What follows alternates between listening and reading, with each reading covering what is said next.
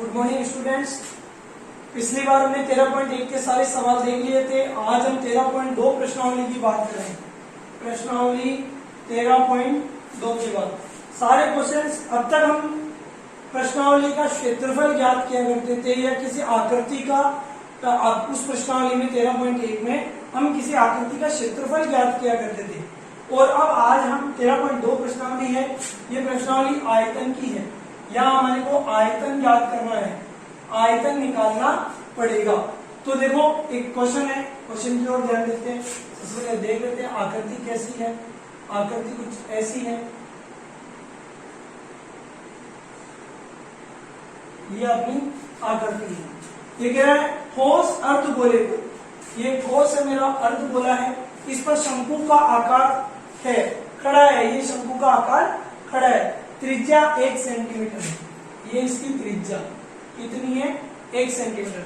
शंकु 1 सेंटीमीटर है और शंकु की ऊंचाई त्रिज्या के बराबर है। ये त्रिज्या इस शंकु की ऊंचाई के बराबर है। ये गोले की भी कितनी हो गई? शंकु की त्रिज्या के बराबर है। आयतन पाई के पदों में ज्ञात कीजिए। क्या कर रहा है? पाई के पदों में हमारे को ज्ञात करना है, यानी पाई की वैल्यू 22/7 हमारे को नहीं रखनी है। तो पाई के पदों में ज्ञात हो जाएगा। तो आप देखो शंक्वाकार भाग की ऊंचाई, शंकु वाले भाग की ऊंचाई जो है वो शंकु वाले भाग की त्रिज्या के बराबर है, इसके बराबर, जो कि कितनी है? 1 सेंटीमीटर।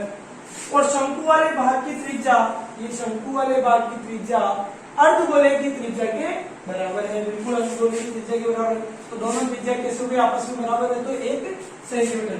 आयतन निकालू तो मेरे को यहाँ पर अब मुझे क्षेत्रफल के फॉर्मूले नहीं, यहाँ मुझे आयतन के फॉर्मूले याद करने पड़ेंगे। जो मैंने फर्स्ट दिन लिखवाए थे वो आयतन के फॉर्मूले हमारे को यहाँ पर देखने पड़ेंगे। तो इस पूरी आकृति का आयतन, शंकु वाले भाग का आयतन प्लस अर्धगोले वाले भाग का आयतन, दो आकृतियां मिलकर बनी ना, शंकु और अर्धगोला, दोनों का आयतन जोड़ दिया। शंकु वाले भाग के आयतन का फॉर्मूला होता है 1/3 पाई आर स्क्वायर है, और अर्धगोले का 2/3 पाई आर क्यूब। या r और x की वैल्यू रख दूं। मैंने कहा पाई के पदों में चाहिए, तो मैं पाई की वैल्यू तो कुछ भी नहीं चेंज करने वाला हूं। तो 1/3 पाई r की जगह 1, r1 है ना, 1 का स्क्वायर, x की जगह 1, क्योंकि h भी 1 ही है। 2/3 पाई ऐसा कैसा r का यानी 1 का क्यूब। 1 का स्क्वायर 1 ही होता है, 1 × 1, तो यहाँ पे मेरा क्या बचेगा? 1/3 पाई। 2/3 पाई, 1 का क्यूब भी 1 ही होता है, 2/3 पाई। क्या ले लूं? एलसीएम ले लूं। ये मैंने 3 एलसीएम में ले लिया। 3 एकम 3 और 1 को 1 से इंटू किया, यानी पाई। 3 एकम 3, 3 को 1 को 2 से मल्टीप्लाई किया, 2 और ये पाई। 2 पाई और 1 पाई कितने हुए? 3 पाई अपॉन 3। 3 से 3 कैंसिल हो गया, तो मेरे पास कितना बचा? पाई। और चूंकि यहाँ हमारे को आयतन निकालना है, आयतन हमारा सेंटीमीटर क्यूब में होता है। ध्यान रखना, भुजा सेंटीमीटर में, क्षेत्रफल सेंटीमीटर स्क्वायर में और आयतन सेंटीमीटर क्यूब में। ऐसा ही मीटर, मीटर स्क्वायर और मीटर क्यूब, ये इकाइयां चलती है। तो यहाँ हमारे को ज्यादा से ज्यादा इस प्रश्नावली में आयतन निकालना है, या तो सेंटीमीटर क्यूब या मीटर क्यूब इकाई काम में लेनी है। इस तरीके से हमारा पहला सवाल कंप्लीट हो गया। इसी तरीके से दूसरा सवाल देखना है। दूसरा सवाल दिया हुआ है कि एक बेलन के आकार के 2 शंकु जुड़े हुए। एक बेलन है, इसमें 2 शंकु जुड़े हुए हैं। ठीक है, शंकु की ऊंचाई 2-2 सेंटीमीटर है। उसने कहा ये शंकु की ऊंचाई कितनी है? यहां से यहां तक 2 सेंटीमीटर, यहां से यहां तक 2 सेंटीमीटर। और कुल आकृति की ऊंचाई कितनी है? 12 सेंटीमीटर।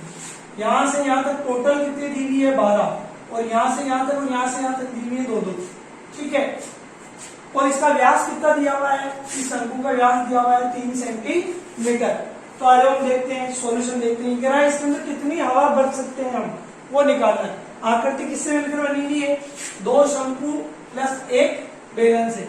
तो सबसे पहले शंकु वाले भाग की ऊंचाई, इस भाग की ऊंचाई कितनी दी हुई है? 2 सेंटीमीटर। शंकु वाले भाग की त्रिज्या ये कितनी दी हुई है? जो कि बेलन वाले भाग की त्रिज्या की है और शंकु वाले भाग की त्रिज्या की है। दोनों कितनी हुई है? 3/2, क्योंकि ये व्यास 3 है, तो त्रिज्या क्या होगी? व्यास की आधी, 3/2। बेलन वाले बार की ऊंचाई है, जब मेरे को केवल इतनी इतनी ऊंचाई चाहिए, तो जब मुझे पता है कुल लंबाई कितनी है 12, इतने सी की कितनी है 2, इतने से की कितनी है 2, तो 2 और 2 शंकु की ऊंचाई माइनस कर दूं, 2 दूनी 4, 12 में से 4 गए तो ये इतनी केवल कितनी हो जाएगी 8 सेंटीमीटर।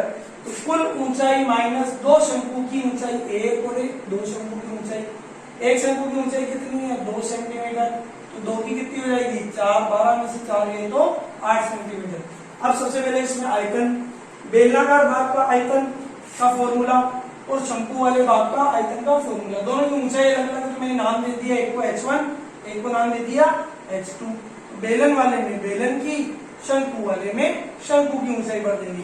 तो बेलन का फॉर्मूला आयतन का पाई आर स्क्वायर एच और शंकु का 1/3 पाई आर स्क्वायर एच, तो दोनों इसको h1 इसको h2। सॉल्यूशन करना है, जहां पाई है पाई आर स्क्वायर 3/2 का स्क्वायर, h2 जो कि मैंने भी निकाली बेलन की है तो 8, 2 1/3 पाई आर स्क्वायर 3/2 का स्क्वायर, h1 जो कि ऊपर थी 2 सेंटीमीटर। सॉल्यूशन करो, पाई 3 का स्क्वायर 9, 2 का स्क्वायर 4 इंटू आर प्लस 2 1/3 पाई ऐसा का ऐसे ही वही 9/4, जैसे इसका स्क्वायर किया था वैसे इसका स्क्वायर कर दिया, 2 का 2 काट दूं, 2 के पाड़े से 2, 2 दूनी 4, 2 से ये वाला 2 कैंसिल हो गया, 3 से ये 9 कैंसिल हो गया, 3 बार कितना बचा केवल 3 और पाई, इन दोनों को गुणा किया 3 पाई, इधर 4 दूनी 8 2 बार गया और 9 दूनी 18 और पाई ऐसा दोनों 18 पाई और 3 पाई कितने होते हैं टोटल 21 पाई, और 21 इंटू पाई की वैल्यू 22 के साथ 7 से 21 3 बार कर दिया और 22 इंटू 3 66 सेंटीमीटर क्यूब इसमें हम हवा कर सकते हैं। इसी तरीके से हमारे को उसके आगे वाले सवाल भी करने हैं प्रश्नावली के, सिंपल से सवाल है, आप लोगों को करना है आज होमवर्क में ये 2 फॉर्मूले तो करने हैं, जो करके 2 क्वेश्चन तो करने हैं, इसके अलावा तीसरा करने की कोशिश करना है। तीसरा मैं नहीं बताऊंगा, तीसरा आप लोगों को करना है, नहीं आए तो मुझसे पूछना है। और इसी के साथ आज की क्लास खत्म। Thank you students.